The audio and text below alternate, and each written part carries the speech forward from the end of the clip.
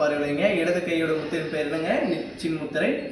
இடது கையோட முத்திரின் பெயர் சின்முத்திரை. வலது கையின் முத்திரின் பெயர் நாசிக முத்திரை. முதுகெலும்புகள் நேராக இருக்கணும், பார்வையில் நேர்கோட்டு பார்வையில் இருக்கணும், முகம் சிரித்த முகம், தடை நேர்கோட்டு தடை. சரிங்களா? இப்போ வலது முக்கு அடைச்சிட்டு இடது முக்கில் இருக்காத்த உள்ளே இழுத்து, இடது முக்கில் இருக்காத்த உள்ளே இழுத்து வலது முக்கில் விட்டா சந்திர சூரிய நாடி பிராணாயாமம். சரிங்களா? பிராணாயாமத்துக்கு பேர் என்ன? சந்திர சூரிய நாடி பிராணாயாமம். சரிங்களா? இப்படி காற்று உள்ள இழுக்கிறோம், இடது முக்கு அடைக்கிறோம், வலது முக்கில் வலது முக்கு அடைச்சி இடது முக்கில் காற்று உள்ள இழுங்க, இழுத்துட்டு நம்மளுடைய மோதிர விரலும் சுண்டு விரலால அடைச்சி வச்சுட்டு வலது முக்கில் விடுறோம்.